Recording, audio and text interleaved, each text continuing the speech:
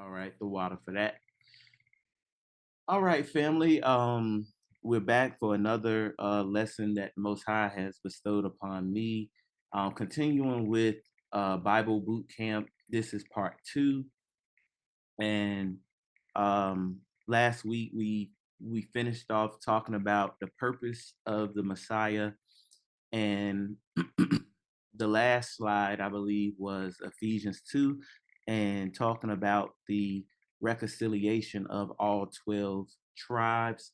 There is some about that as well, because I think I said I will start with that again or cover that again. I kind of wanted to jump into almost like it's not like a timeline, but kind of just showing what the Bible is about in a brief way that maybe, if someone, a Christian family member, loved one, or anyone asks, that you can kind of hit some of these points and then just quickly get them to see that who and what the Bible has been talking about the whole time from the beginning to the end, and how it's never the message is hasn't changed. So I do have some sources in here for certain things. I'm not gonna like read the details of the sources. It's just gonna be there for someone if you want to go verify for yourself. Please do so and check out at a later time. One thing about making these classes, it's like you think, oh, I'm gonna just hit this, and this, and just the way my mind works, it it's like each part you just want to. It's like you have to prove and explain each part. So sometimes it could be very taxing on your mental because you're like, okay, you're making a statement, but then it's like, well, they're not gonna believe this, so now I gotta prove this, and then now I gotta show witnesses for that, and it's like each part you could really just be its own lesson and be its own class in itself. So I prayed and fought my best to not give in to that perfectionist mind state of trying to put every scripture and every prove every single thing, because obviously a lot of you all already believe and heard a lot of these things before. So it's not anything super complicated or anything like that at all. It's just that when a new person hears it or someone hasn't heard it before, it's like you have to prove each and every phrase and line. So it could be taxing. So we want to get into a little bit about, what is the Bible actually about? Because I feel like our family members sometimes, based with the Eurocentric Christian dynamic or the Christian faith, uh, they're gonna hit us with John 3:16. God so loved the world, he gave his only begotten son, and that he came and died for all men. And through him, we'll all be saved, and when we pass away, we'll go to heaven and forever be with the Most High. Um, but a lot of those statements are just out of context, and they're missing, kind of what the Bible was really, really, really about. What the Most High has established with the books and chapters that He has left behind for us to read. So that's one of the topics we want to get into as we roll through this today. Also, again, just want to apologize if I speak a little bit weird. Still trying to get used to having these braces, so I do say Salakia for that as well.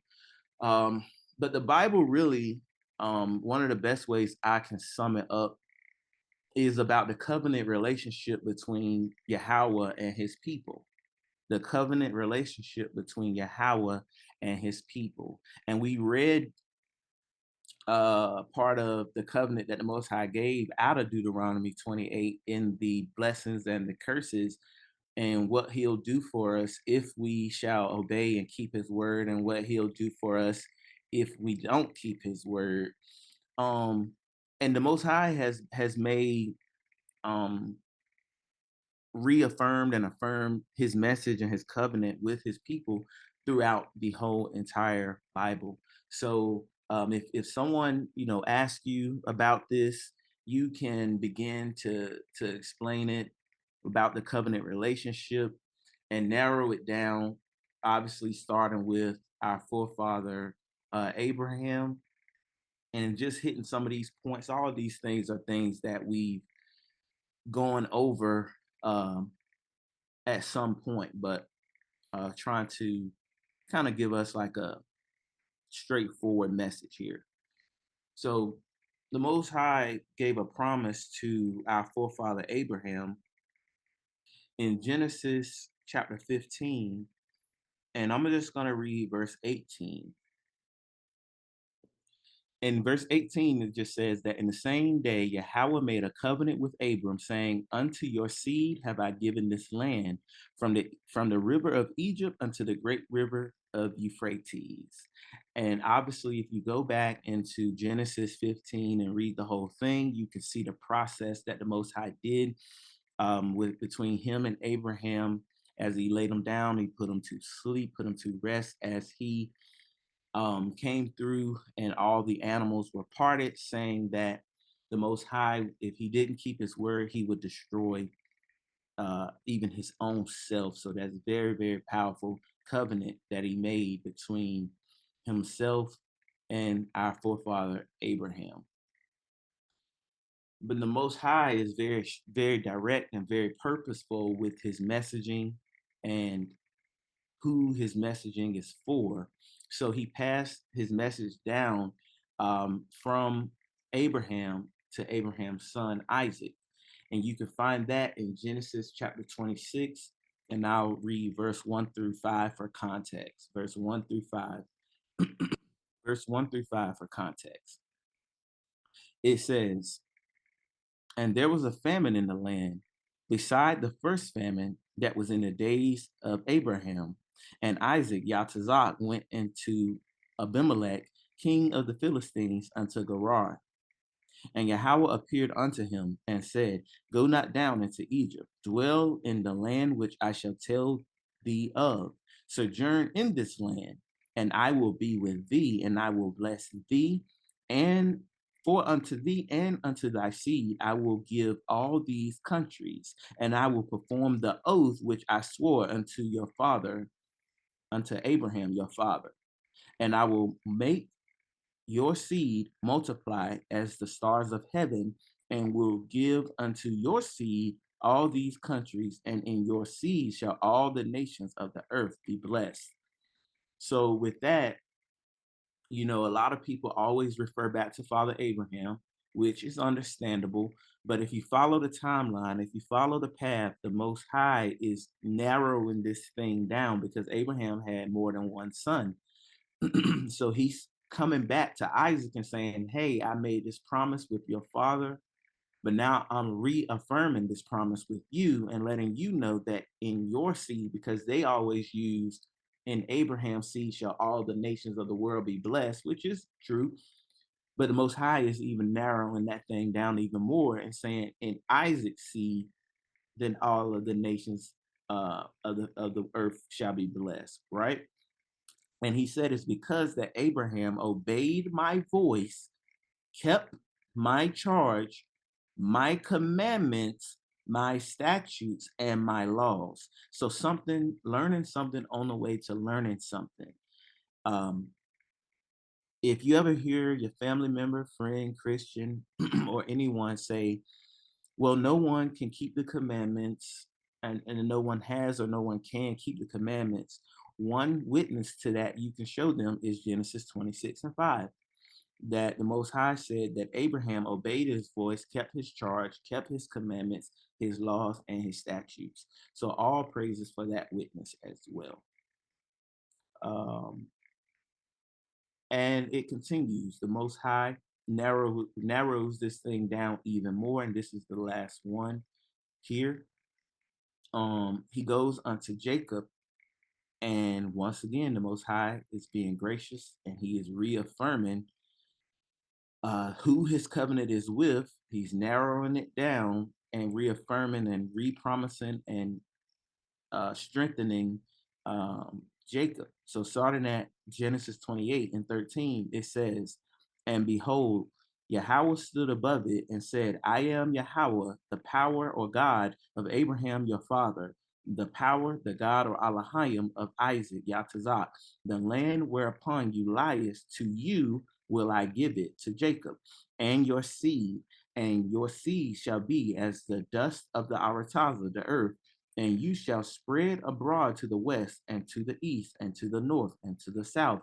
And in thee," so now it's from Abraham, from Isaac, and from and in Jacob. So in Jacob it says, "Your seed shall all the families of the earth be blessed. And behold, I am with thee and will keep thee in all places wherever you go, and will bring you again to this land, for I will not leave thee until I have done that which I have spoken of."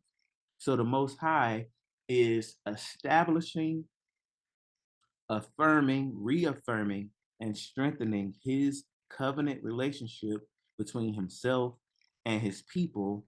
And we know um, he has affirmed with Abraham, down to his son Isaac, down to Jacob, and Jacob was changed to Israel or Yasha'Allah, which is his seed, is the 12 tribes, which includes all of us.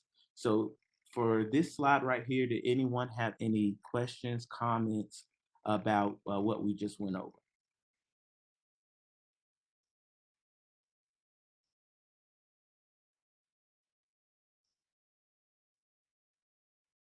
No problem.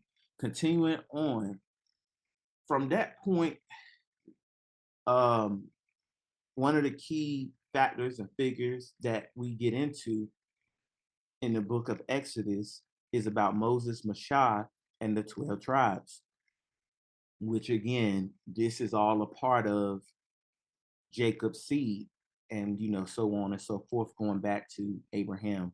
So now the Most High is dealing with the remnant of Jacob's seed, the 12 tribes, Mashah as the person to usher in the Most High's instructions, and the 12 tribes as he reestablishes his rules and regulations to us, our people that have been in captivity out of Matazariam, out of the house of bondage, out of Egypt.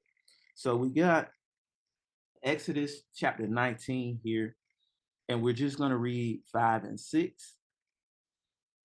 So he says, Exodus 19 and 5, "Now therefore, if you will obey my voice indeed and keep my covenant, then ye shall be a peculiar treasure unto me above all people, for all the earth is mine.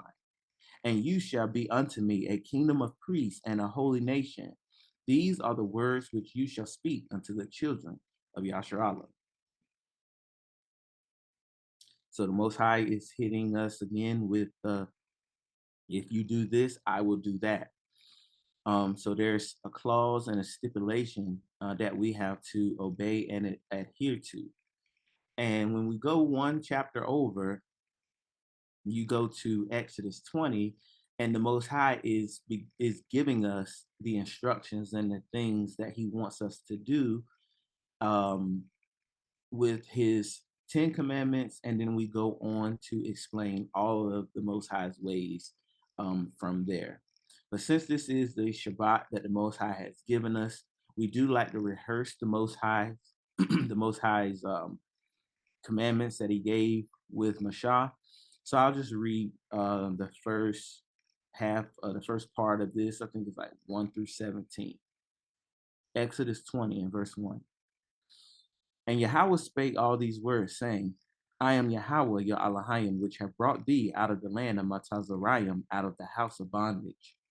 You shall have no other gods before me. You shall not make unto thee any graven image or any likeness of anything that is in the heaven above, or that is in the earth Avataza beneath, or that is in the water under the Avataza. You shall not bow down thyself to them, nor serve them, for I am Yahweh your Elohim, am a jealous Elohim, visiting the iniquity of the fathers upon the children unto the third and fourth generation of them that hate me, and showing mercy unto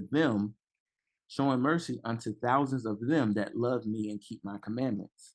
You shall not take the name of Yahweh your Elohim in vain, for Yahweh will not hold him guiltless that taketh his name in vain. Remember the Shabbat to keep it holy. 6 days you shall labor and do all your work, but the seventh day is the Shabbat of Yahweh your Elohim.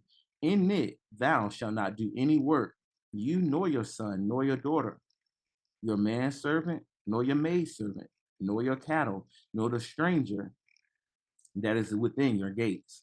For in 6 days Yahweh have made the Shemayim and the Aratazah, the sea and all that is in them, and resteth on the seventh day. Wherefore Yahweh blessed the Shabbat and hallowed it.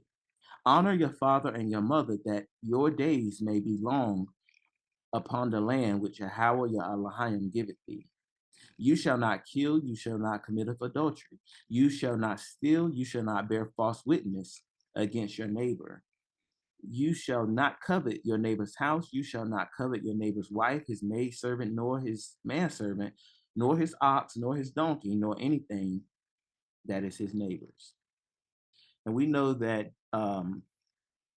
dealing with Mashah and Moses, Mashah or Moses, that the people said all the things that the Most High said for us to do that we will do, and they had the blood sprinkled upon them, and the covenant was confirmed and established. So we see that the Most High is dealing with the Israelites.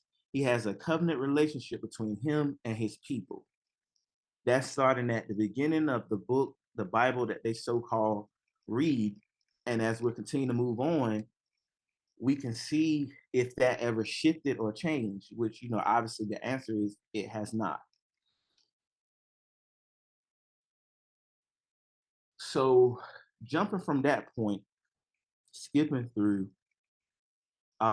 we get to a point where the tribes of Israel, all 12 tribes, the tribes began to split. They split into two kingdoms. They split into the north, they split into the south.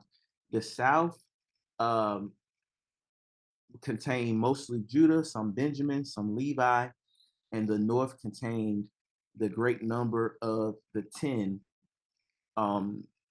who left after the death of Solomon. And you can find this in First Kings chapter 12. I'm not going to go over the First Kings chapter 12, but you can read this, go back and look into it. Just know that the houses split to the northern kingdom and they split into the southern kingdom. That's where the enmity, the hatred, the disdain between the two began. And we saw each other as separates, not as a whole, as the way that the Most High intended. And so that leaves us back where we left off from the previous class last week, talking about Ephesians 2. We were dealing with the purpose of the Messiah and the purpose of his coming. And one of those purposes was for him to reconcile all 12 tribes back together, because we have been split since the time of First Kings chapter 12, Jeroboam and Rehoboam, after the death of Solomon. So Ephesians 2, it says, for he is our peace, who have made both one and have broken down the middle wall of partition between us. Now, in the New Testament, we talk about the strangers, we talk about the Gentiles, we talk about the northern kingdom, and there's also some of those Israelites are just from the southern kingdom that had walked away from the covenant, who were seen as Gentiles themselves. And that's something that we have mentioned before. And it's something that we talked about on the channel where we did the class, A Light to the Gentiles. And there's still so much more to break down and explain about that. And one day willing, the Most High will allow us to continue to bring that forth into an even greater witness, right? So we touched on Genesis, Exodus, We fast forwarded, we talked about the Abraham, the Isaac, the Jacob, the 12 with Mashah coming out of the wilderness. And, there's a time period where our people are dealing with the prophets that the Most High has sent while they're dwelling in the land. And there's a constant message. There's a constant message that the Most High has been delivering to our people the entire time. And if you carry, these verses to someone, especially in this order, you can see like there's a theme that's going on. And hopefully you'll see that the Most High is dealing with one nation of people that's broken into 12 tribes. But the message, one of the great messages is that since that split, the two sticks are to become one. We are to all be gathered together, Judah and Israel, the northern and the southern. And we see that's one of the things, like I said, that Ephesians was talking about, that the role of the Messiah. That's why he had to be a light to the Gentiles, a light to those that had been sent away or walked away from the Most High. So we're going to go through just a few verses from the prophets now. Isaiah, Yashayah, Yeremiah, Jeremiah, Ezekiel, and it might be one more, or it might go to the New Testament from there. But let's just see the message that the Most High is giving, and then see if anyone has anything that they want to comment on.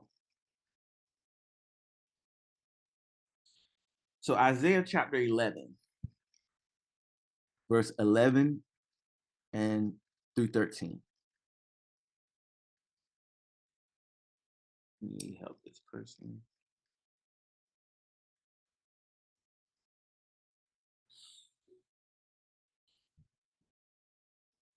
Isaiah 11 and 11. And it shall come to pass in that day that Yahweh shall seek his hand again the second time to recover the remnant of his people, which shall be left from Assyria, from Egypt, from Pathros, from Cush, and from Elam, and from Shinar, and from Hamath, and from the islands of the sea. And he shall set up an ensign for the nations, and shall assemble the outcasts of Yasharallah, and gather together the dispersed of Judah from the four corners of the Arataza. The envy or enmity of Ephraim shall depart, and the adversaries of Judah, Yahweh, shall be cut off. Ephraim shall not envy Judah, and Judah shall not vex Ephraim. But they shall fly upon the shoulders of the Philistines towards the west, and they shall spoil them of the east together. They shall lay their hand upon Edom and Moab, the children of Ammon shall obey them. So the Most High is telling us that there's going to be a time that the Most High is going to come back and gather the remnant of his people a second time. And he lists a bunch of locations that his people will be set. Assyria, Egypt, Pathros, Cush, Elam, Shinar, Hamath, and the islands of the sea. A lot of those places are places that the northern tribes were. But he also says from the four corners of the earth where he has scattered the southern tribe, which includes us and our people. Another witness to that is going to be Jeremiah 50. Jeremiah 50. Jeremiah 50, 4 and 5. It says, in those days and at that time, saith Yahweh, the children of Yasha'Allah shall come, they and the children of Yahweh or Judah together, going and weeping, and they shall go and seek Yahweh the Elohim. They shall ask the way to Tazawan with their faces thitherward, saying, come, let us join ourselves unto Yahweh in a perpetual covenant that shall not be forgotten. A perpetual covenant that shall not be forgotten. As you can see, all the way from Genesis, now we're in Jeremiah, the Most High is still talking about the perpetual covenant between him and the relationship between himself and his people, the Israelites. He talks about the children of Israel, which typically represents the northern kingdom, and he talks about the children of Judah, which typically represents the southern kingdom. Another witness to the two sticks becoming one is that you get that exact language in Ezekiel, Ezekiel chapter 37. Ezekiel chapter 37, verse 16 and 17.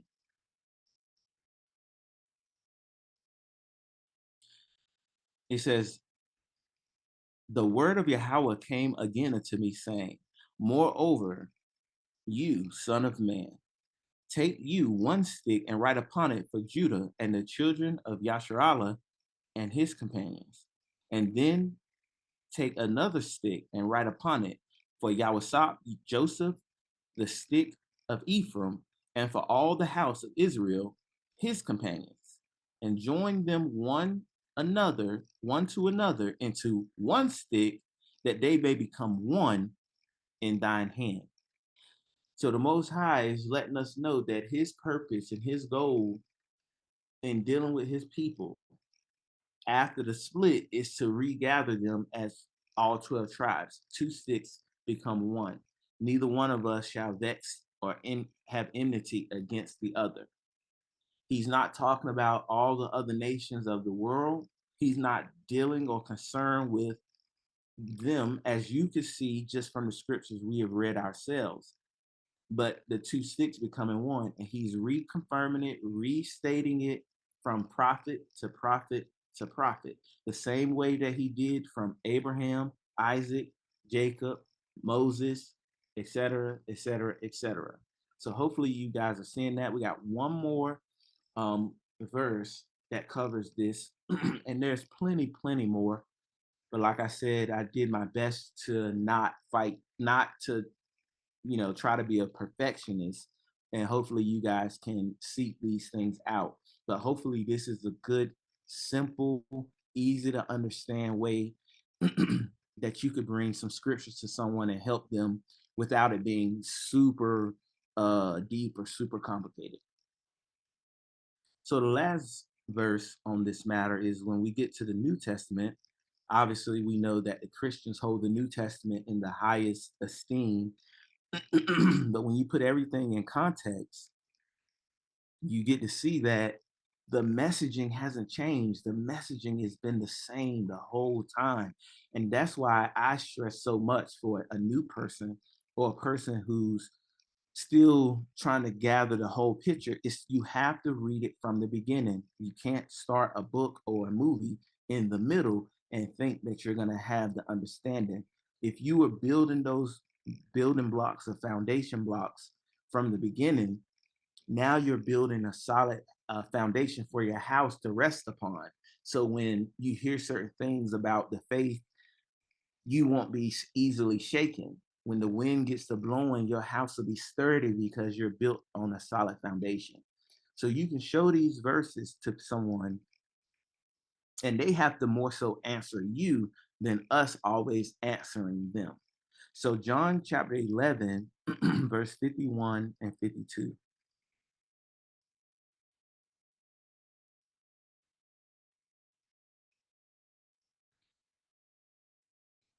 Just starting at 47 for context. It says, John 11 and 47. Then gathered the chief priests and the Pharisees a council and said, what do we? For this man doeth many miracles, talking about Hamashiach, Christ. If we let him thus alone, all men will believe on him. And the Romans shall come and take away both our place and our nation. And one of them, named Caiaphas, being the high priest that same year, said unto them, Ye know nothing at all, nor consider that it is expedient for us that one man should die for the people, atonement, reconciliation, and that whole nation shall perish not. And this spake he not of himself, but being high priest that year, he prophesied that Yahushua should die for that nation, and not that nation only, but that also he should gather together in one the children of Yahweh that were scattered abroad. So now we jump from Genesis, Exodus, prophets to the New Testament, and it's still saying that the Most High shall gather not just the nation of the southern kingdom, the Jews, but the nation that he scattered abroad as well, right? And we'll get more context to that nation scattered abroad as we go.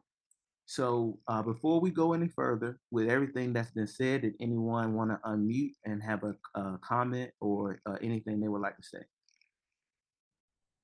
Shalakia, Shalom, Mashabak. Can y'all hear me?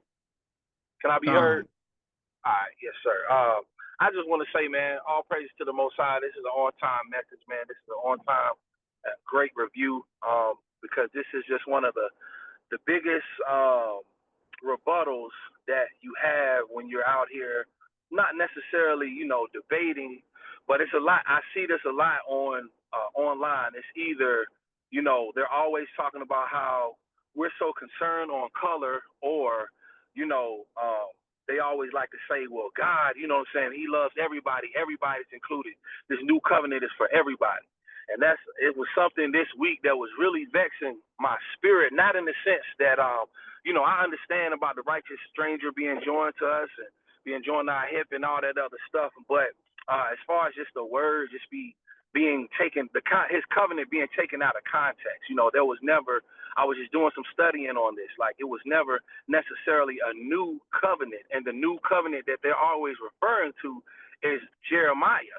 And we know that is, that's when Yahweh's kingdom comes. You know what I'm saying? When he puts his word in our mouth and in our heart, and we won't have no more need for teachers. We know that. But this is just good stuff, man, because I was just wondering about that this week, man. Like, I need to put an arsenal together, just not even to debate people, just for, my own soul, for comfort for me, just to know, because that's all I've been hearing, man, for the past 2 weeks. Either we talk too much about our color, or, we don't want to include everybody in the new covenant is for everybody. So I just want to say all praise to the Most High, man. Thank you for your obedience. This is definitely an on-time word. And all praises for that. I'm delighted that this is on time for you, and it's a blessing because when you do these messages, you don't know who it's for, and you hope that you're obeying the words of the Most High. So all praises for that. But your thought process was my thought process, just to have a order of operations and a timeline and a beginning and an end to see, like, is anything changing as we go throughout the Bible. Did anyone else have anything? Can I be heard? How's the audio? Sounds good. All praises. Yeah, definitely. I second Shamaryah. We're not trying to debate people, but we are trying to win the Most High's children back. And so, we want to win as many people back as we can. So that's why these foundational scriptures and pretty much your whole Bible boot camp is important, because we want to win the Most High's children, and which is, our families too. But one point to lay it at their heart is, you mentioned it a few minutes ago that the prophets were sons of Abraham. And the prophets, being sons of Abraham, they were sent to warn the other sons of Abraham. And now fast forward to the so-called New Testament, these are also sons of Abraham being sent to the sons of Abraham. And we know, I know I'm preaching to the choir here. I'm just gonna, just repeat it or rehearse it. But we know the greatest son, Yahweh Shah, he's explicitly said, I'm only sent to Israel. So this is why it's important, especially for new people, because the Christians are very charismatic. They're very polished, and if you're not really strong and hasn't really studied this thing, you will be swayed back into Christianity, which is the house of hell. So this Bible boot camp is very timely. I pray the Most High will be done. With that, I yield. A lot of Khan, and it, like I said, it's so many verses and scriptures you could put in this thing, and we put in different lessons and classes, and definitely the words of the Messiah are very important. So I'm glad that it's been said out loud, that he himself also said that he only came for the lost sheep of the house of Israel. So that way you see the message from the prophets, you see the message in John, but also you heard the message directly from the Messiah himself. Um, so I'm glad that that was able to come out and be a part of this. Did anyone else have anything?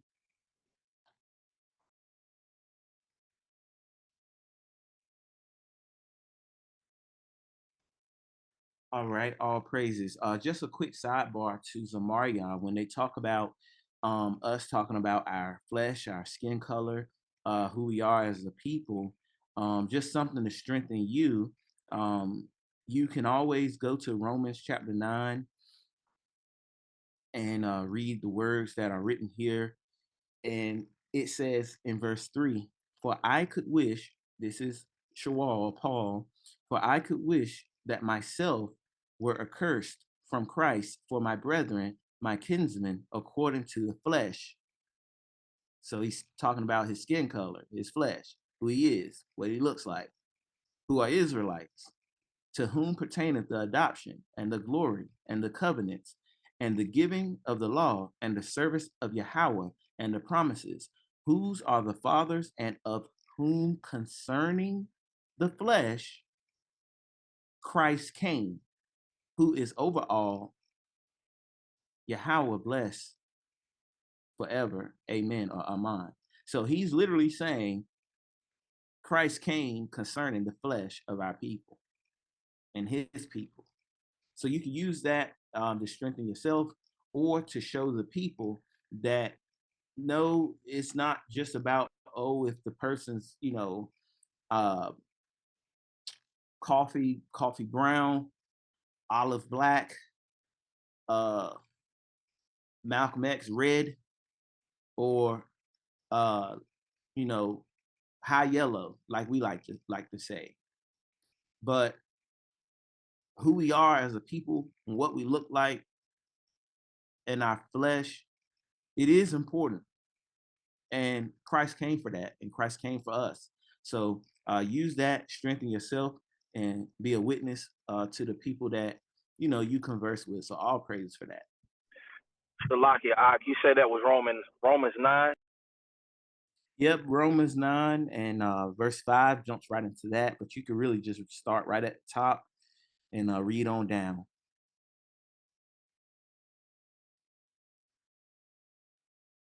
All right, family. Wow. No problem. So now, family, there's a handful of more slides here, but jumping into something, it's a little bit more complicated than previous. Uh, but we've talked about it before, and I'm gonna just try to give some clues and some hints that you can go back and just research for yourself and see what you come up with. Um, but we're still on the message of bringing the two sticks together as one, that there shall not be enmity between the house, the whole house, whether it be um, south and the north. Y'all know how our people do. It's like we split to hoods, we split to Bloods and Crips, we split to uh, north and south. That's just how that's just how our people do. And even if it's south and south from the people who walked away from the covenant or got sent away from the covenant or assimilated themselves into the nations. The purpose and the message is still the same. So just continuing that, you have up to the Messiah, and Ephesians talks about after the Messiah, and the book of Acts after the Messiah as well. And the Most High in Acts chapter 10 is starting to help Kappa or Peter see that he is to no longer hold any type of enmity towards anyone that is of his nation that is seeking the Most High in righteousness. So I think I jumped down to 15. But if you read it, let me see. I just start at 10 just to give a little bit of context. Um,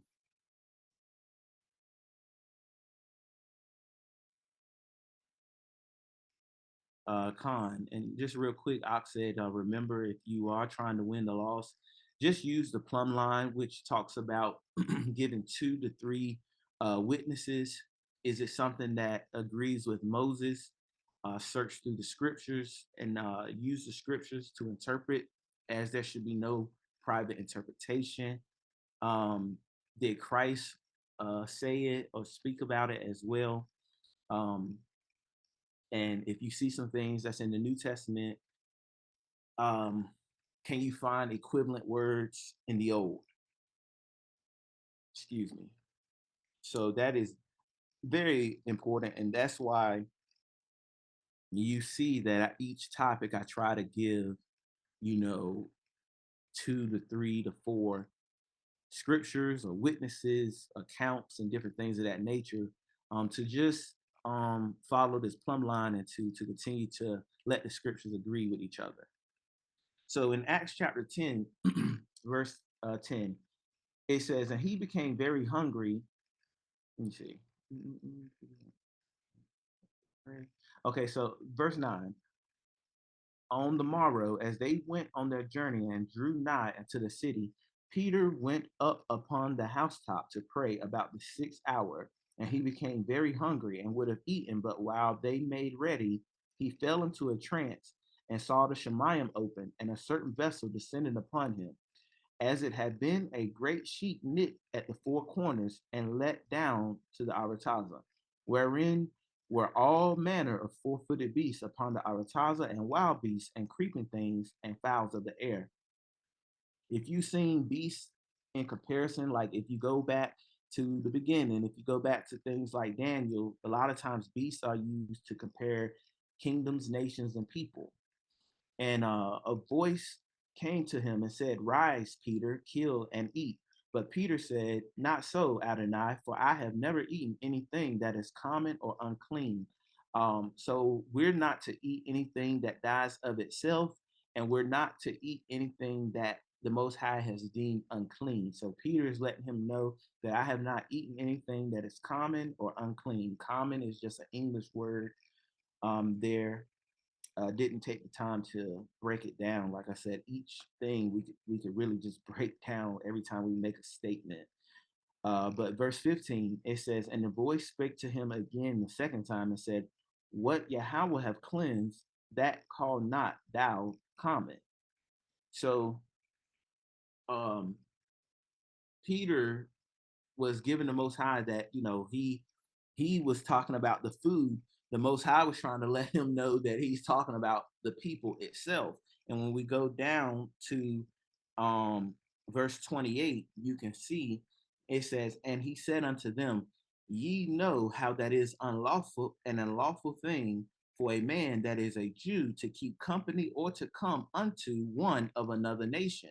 But Yahweh have showed me that I should not call any man common or unclean. So 28 is giving you the context that when he talked about the beasts and all of these wild creatures, it was dealing with people and nations. But specifically, if we've kept everything that we brought up until this point so far into context, it's talking about the nation of the Israelites that had been sent away or walked away from their inheritance and no longer followed the Most High's covenant, but assimilated themselves into the nations and became as what we would say, quote unquote, Gentiles. Now, a witness to this is in Galatians chapter 2, 11 through 14, and it reads, when Peter was come to Antioch, I withstood him to the face because he was to be blamed. So he was confronted. A word that we would use today is he checked him. So he checked him about an issue that was going on. He said, for before that certain came from James, he did eat with the Gentiles. He did eat with the Gentiles. But when they were come, he withdrew and separated himself, fearing them that were of the circumcision. One of the keys that you guys can use to know that the Gentiles that he's talking about is Israelites is when they use words like circumcision and uncircumcision. Circumcision is just a way to refer to those that are bonded in the covenant.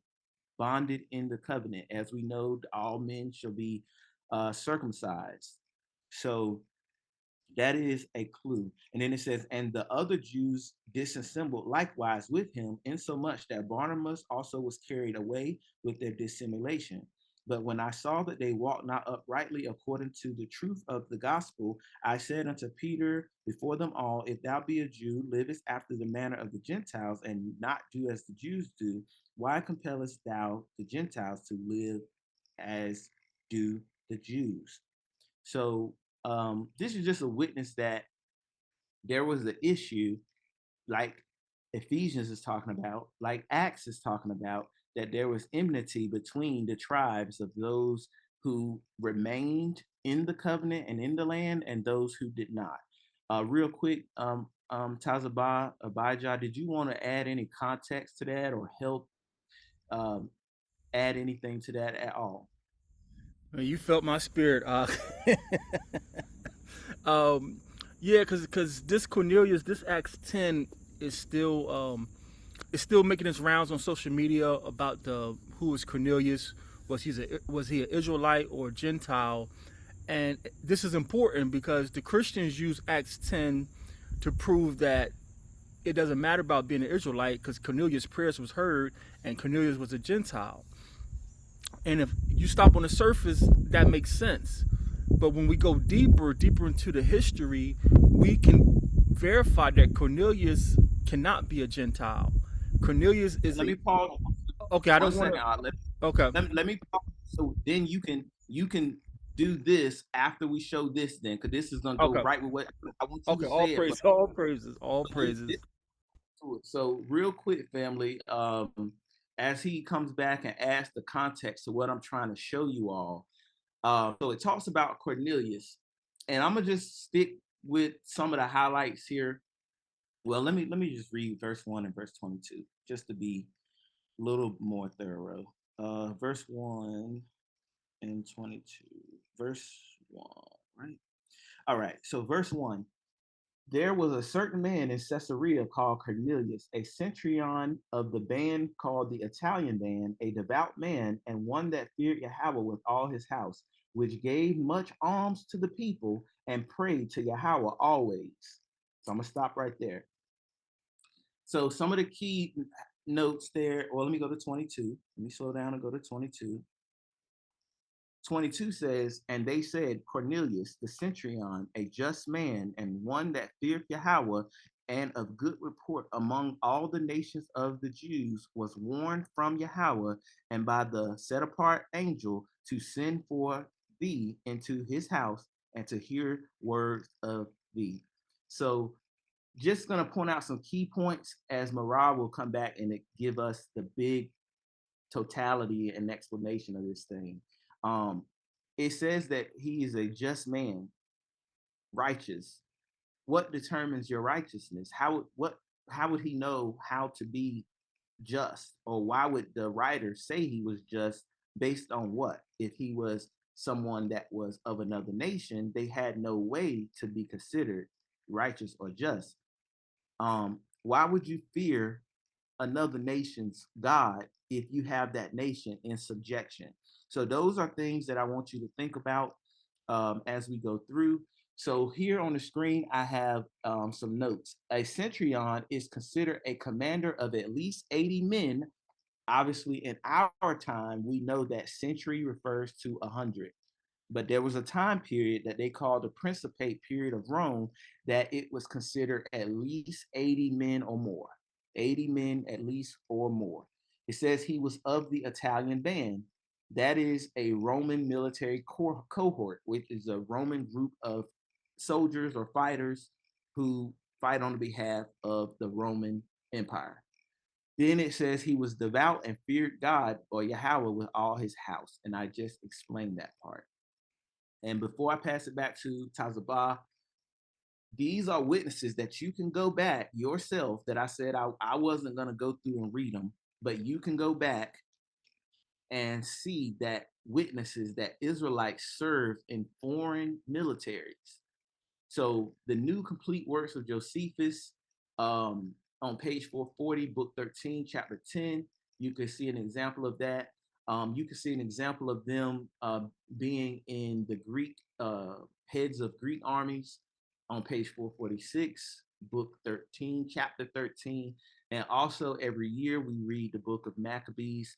First Maccabees chapter 8 and chapter 12, you can read the Roman pact that our people made. And we agreed at those times that in chapter 8, we agreed that for them looking out for us and defending us from the Greek captivity, that if there came a war or they needed assistance, that the Israelites, the Jews, would fight on behalf of Rome. In chapter 12, it is reaffirmed at a later time by one of the high priests of our nation. So those are witnesses that Cornelius is actually an Israelite serving in the Roman military, just like if one of us were to serve in the American army. I know I said a lot, but I definitely want to pass it back to Tazabah now that we have those out the way. No, pretty much. I didn't know you had this prepared, but that's pretty much in a nutshell. That's the history.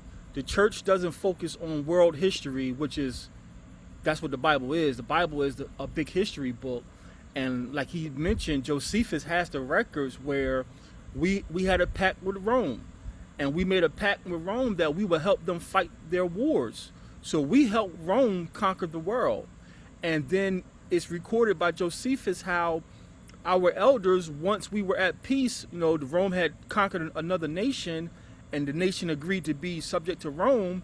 Our elders would petition the Roman senators to let the soldiers, return to their culture and practice the Torah, and grant them reprieve. And the Roman senators would agree. So this is the history the church doesn't learn, because everything is just mystical, everything is just spiritual.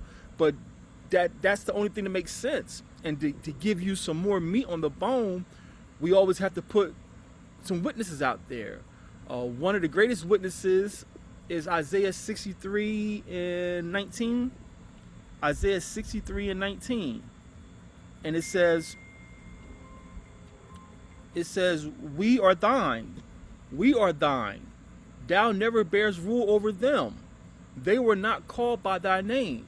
So how can, like Shamaryah is saying, how can Cornelius be praying at pretty much our prayer hours, and then the Most High sends an angel to let him know your prayer was heard, when we have other scriptures saying the Most High don't rule over these nations?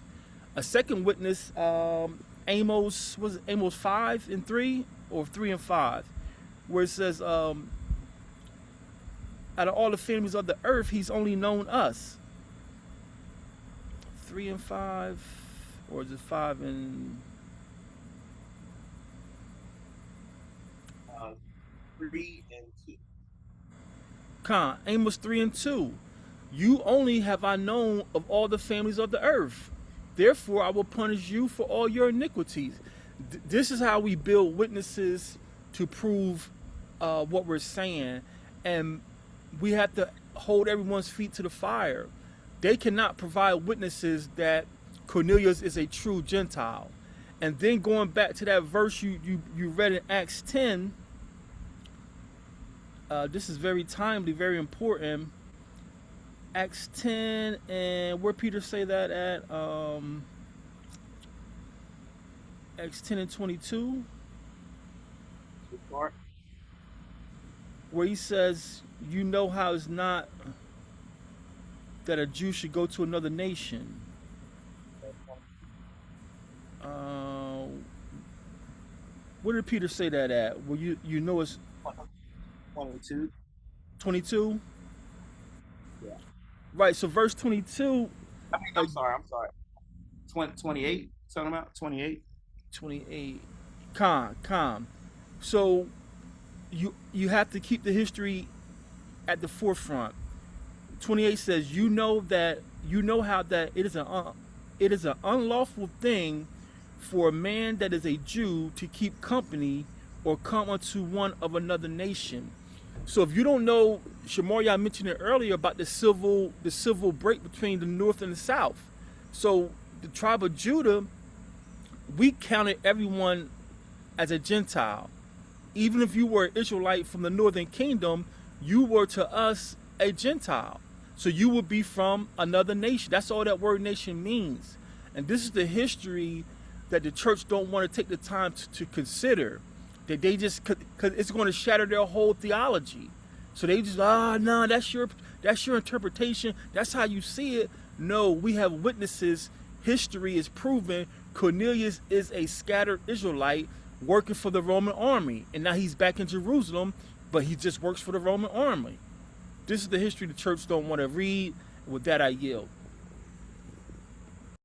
All praises to Wada for your support and the witnesses that you brought out to help affirm that message, because it's definitely a complicated one, and it's not easily explained or easily understood.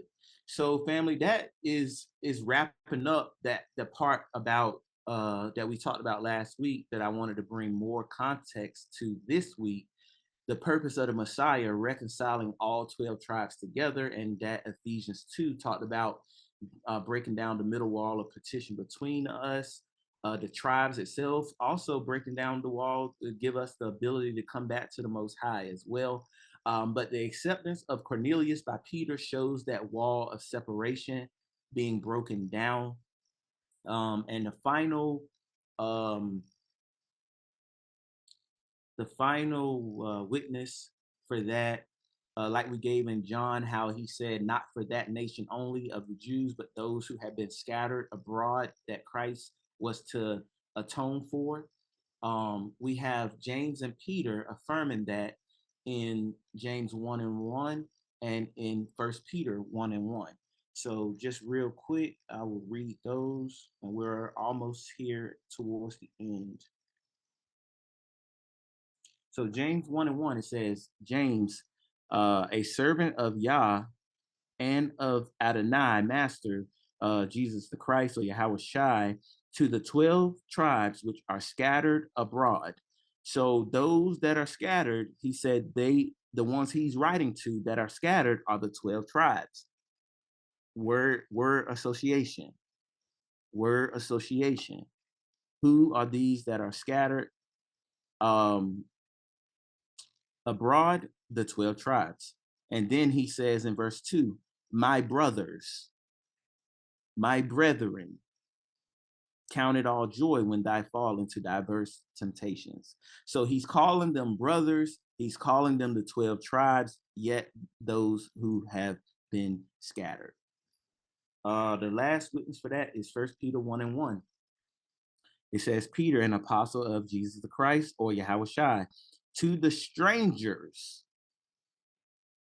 scattered through Pontus, Galatia, Cappadocia, Asia, Bithynia, the elect according to the foreknowledge of Yahweh the Father.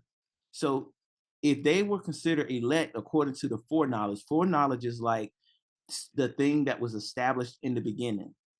What was established in the beginning? The covenant between Abraham, Isaac, Jacob went to Moses and the 12 tribes. Those are his elect. And we could get so many more verses to prove it, but this is just giving you guys a brief synopsis, something you can try to go over with the people to help assist them. That from Genesis all the way to the end of this book is still dealing with the covenant relationship between the Most High and his people. That's what the Bible is about. That's what the Bible is about. It's not about, oh, all men shall be gathered and saved, and we shall die and go to heaven and love one another. That's not what it's about. He's dealing very specifically with a group of people that he cultivated, that he's been working on, that he's whipped, beat, punished like a father would do a child to get us to act right. And then he's eliminating the brothers and sisters fighting one another. Like when you have two children that want to wrestle and fight all the time, the parent has to come in and break it up and get them to make sure they love one another and back on the same page. That's how he's doing for us. So the southern shall not vex the northern shall not vex the southern. And this is shown by brothers from the southern who saw Christ and received the message, writing to them to give them comfort and say, hey, the one that was promised in the scriptures and the law and the prophets, he came. So that's what's happening. That's what's going on there. You had a comment? Con, I just wanted to share. I looked up the word stranger in that verse there, and it is Strong's G3927. Strong's G3927. And one of the breakdowns, the third breakdown says, sojourning in a strange place, a foreigner. And that's pretty much the context of that verse. He's not writing to true strangers. He's writing to Israelites who are strangers in that nation that he's writing to. This is reading comprehension 101. Simple reading comprehension. With that, I yield the water out. Absolutely. Absolutely. And I even love rereading them myself. Is if you just see the language that they use, he's telling you who the strangers scattered are. When he goes in verse 2 and says, the elect according to the foreknowledge of the Most High through the sanctification of the Spirit. And then he goes down in verse 3 and says, blessed be the God and Father of our Adonai, which according to his abundant mercy have begotten us again unto a lively hope by the resurrection. So begotten us again. Who did he begot the first time? The 12 tribes. So it's like, if you read what he's saying, and even with the corrupted language and corrupted text, it's still telling you he's talking about the Israelites. So all praises for that. Wrapping this thing up, I mentioned something all the time, and I mentioned it last week, that we see these common phrases like all people, all people. So now it's including everybody in the whole world. And it's just, continuing to take the Most High's ways and his word out of context. So when you read Isaiah 25, I had forgot to put this in there. So I put this last, so I don't have it hidden yet while I read this to really set it up, but it's just on the screen already. But verse 6, I think it says, and in this mountain, Yahweh Tazabah, or the Lord of hosts, make unto all people a feast of fat things, a feast of wines on the lees, of fat things full of the marrow, of wines on the lees well refined. And so it says, in this mountain that the Most High will make a feast for all people. So they'll say, see, the Most High is talking about all people, all nations, everybody in the world who comes and says that prayer and believe, the same shall be saved, just taking everything out of context. So the first word we get there is all. We say that word a lot. Call or cal, Kal if you use English words, but here you can see the Strong's definition. It says it means all, the whole, all, the whole of, any, each, every, anything, totality, totality, or everything, right? But the whole of what? The whole of what? He says he's going to make a feast for all people. So the English is just saying all people. But the Hebrew is saying call or call Amah. The word there for people, I forgot to slide that red line down, but it's all good. Most High, you guys will see what I'm talking about here.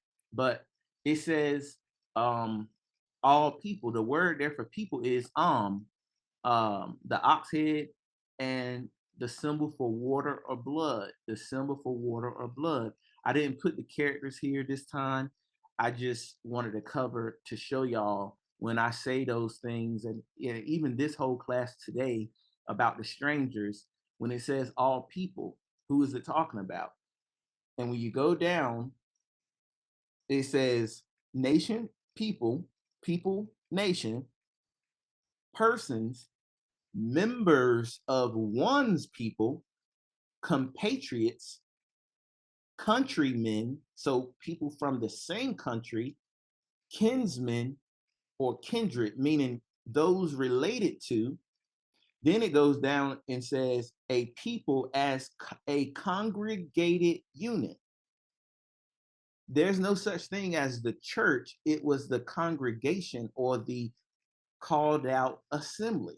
So it says a congregated unit, specifically a tribe as of Israel. So it's telling you that when he's saying all people in English, you're going to automatically start to think, oh, yeah, of course, the Bible is talking about everybody. But we're showing you, that's why I showed you all those witnesses that the Most High was dealing with Israel, from Abraham to Moses to the split to the New Testament to who Christ said he came for. This is a prophecy that hasn't yet happened yet.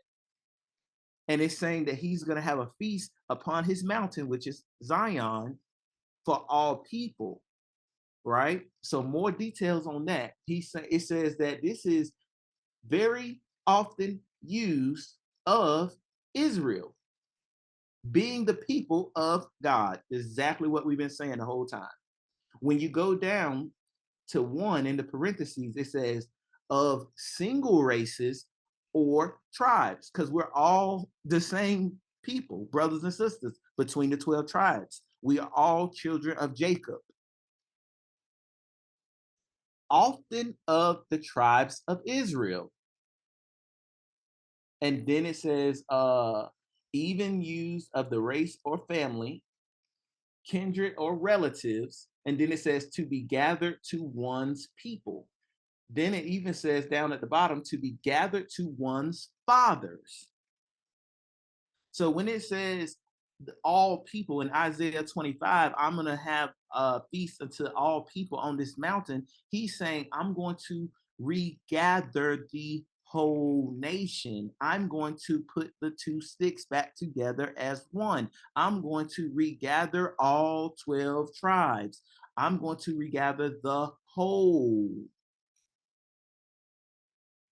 the totality of my people. Did anyone have any questions or comments about that? No, can I be heard clear? Uh, I want to, it's more so of a question.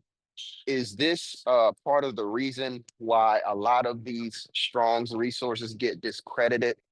Because of instances like this that gives a lot of context and clarity on these words?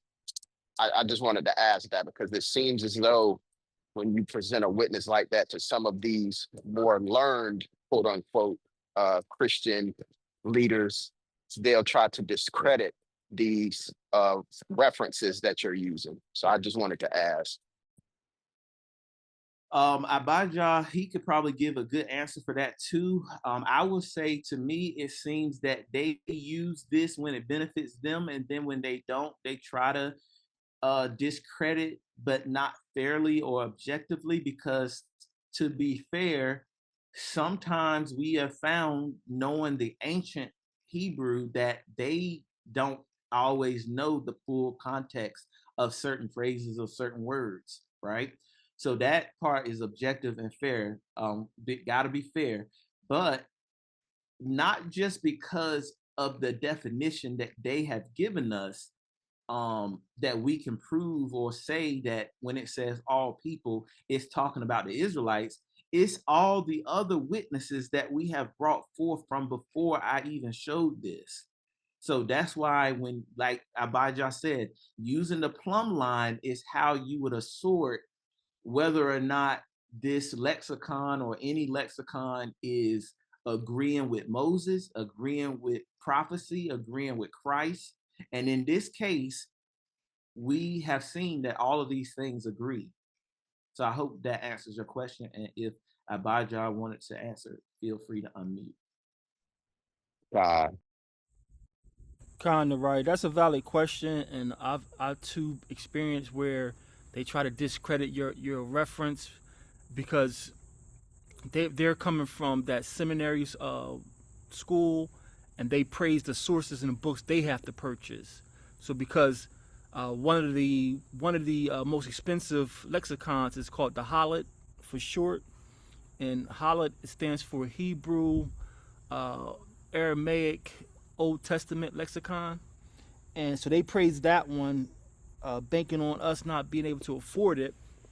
And I did purchase it, and it was a waste of my money because you have to research everybody, and when you research the author of that so-called lexicon, he's a fish. So these theologians are praising the Hollett, and yeah, you can't be relying on Strong's. All of these lexicons, all they did was steal from our ancestors and put and make one change, and now they put their name on it. So whether you have the Strongs, the Hollett, the DBD, it doesn't matter.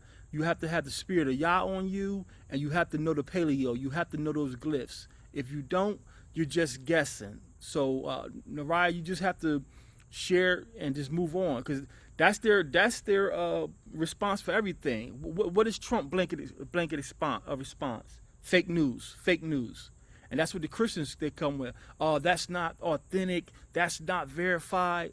And it's just the spirit is not upon them. We just share the light and move on. That's all we do. I yield. Con, all praises up. So the last slide here is what the Bible is about. Yah and his people set to dwell together forever. Yah and his people set to dwell together forever. Um, and it's just some ones we've been over before, not too super deep or anything like that. But Revelations, the end of the book, Revelations chapter 21 and verse 3, but I'll just start at 1 for context. It says, "And I saw a new heaven and a new earth, for the first heaven and the first earth were passed away, and there was no more sea. And I, John, saw the holy city, the new Jerusalem, coming down from God, or Yah, out of heaven, prepared as a bride adorned for her husband. And I heard a great voice out of the Shemayim, or the heaven, saying, Behold, the tabernacle of Yahweh is with men, and he shall dwell with them, and they shall be his people, and the Most High himself shall be with them, and be their power." So obviously it goes on and talks about um it talks about um the Most High wiping away our tears, and things of that nature. Um Another clue of who it's talking about when it says the Most High shall dwell with men, it's talking about the Israelites. And when you get down to verse 12, it says, "And it had a wall great and high, and had 12 gates, and the gates had 12 angels, and the names written thereon were the names of the 12 tribes of the children of Israel." So the messaging is constantly being repeated from Genesis to Revelation. And the last one is Revelation 22, verse 1 through 5. And he showed me, verse 1, verse 22 and 1. And he showed me a pure river of water of life, clear as crystal, proceeding out of the throne of Yahweh and of the Lamb. In the midst of the street of it, and on either side of the river, was there the tree of life, which bare 12 manner of fruits, and yielded her fruit each month. 12 manner of fruits, yielding her fruit each month, 12 months in the year, one fruit each month, 12 tribes of Israel. And the leaves of the tree were for the healing of the nations. And there shall be no more curse, but the throne of Yahweh and the Lamb shall be in it, and his servants shall serve him, and they shall see his face, and his name shall be in their foreheads. And there shall be no night there, and they need no candle, neither light of the sun, for Adonai Yahweh giveth them light, and they shall reign forever and ever. So all praises to the Most High for that. We can see that the Most High had an eternal plan from the beginning, and to have established, reestablished, confirm, and affirm his covenant relationship between the people he chose, which was his 12 tribes through Jacob, Isaac, and Abraham. Um, and he wants to tabernacle with us and have Sakah for eternity. So all praises to the Most High for the reading of his word. This has been Bible Boot Camp Part 2. And when the Most High sees fit, this upcoming week, I have to pass the baton.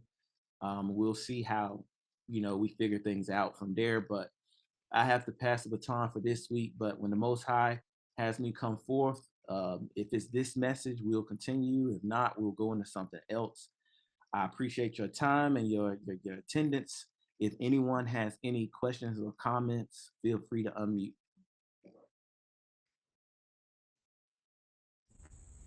All praises to the great I am for another wonderful Shabbat class. I pray the Most High is magnified by Hashem Yahushai. This is definitely needed. Give me a day or two to get it edited, uploaded on the channel. These are the foundations that's going to carry us on to redemption. And this is our mission, all of us now who are solid. If you're not solid, continue to study, pray, and get solid. But those who are already solid, this is what we have to keep renewing so we can bring more people in. Because remember, it's just not about us. We don't want no man left behind. Like Paul says, my desire that all Israel shall be saved. So those of us who are solid, let's continue to rehearse these foundational truths to win more people to the kingdom. As far as next Pagan Saturday, I'm not sure. I may be able to. I may be down in the country, but I should be able to do it. The signal should be good. So I'll be up next Pagan Saturday to give you a break. My mind is to start DCD rebooted, but it's not my class, it's not my will. So we'll see what the Most High brings from now to next Saturday. After next Pagan Saturday, me and my wife is going to be on vacation. Starting that Sunday, we'll be out of the country for a week. So, if the Most High spares us, we'll see what happens. With that, I yield out the water, Rabbah, for your service. I can't pay you, but I thank you so much. I love you for your service, brother. I pray the Most High increase you. With that, baby, you got something? Nope. With that, I yield, family. Love you all. Shalom, family. Love you. Shalom, family. Anyone that's left on the call, we can pray out, and unless anyone has anything else, enjoy the rest of your day.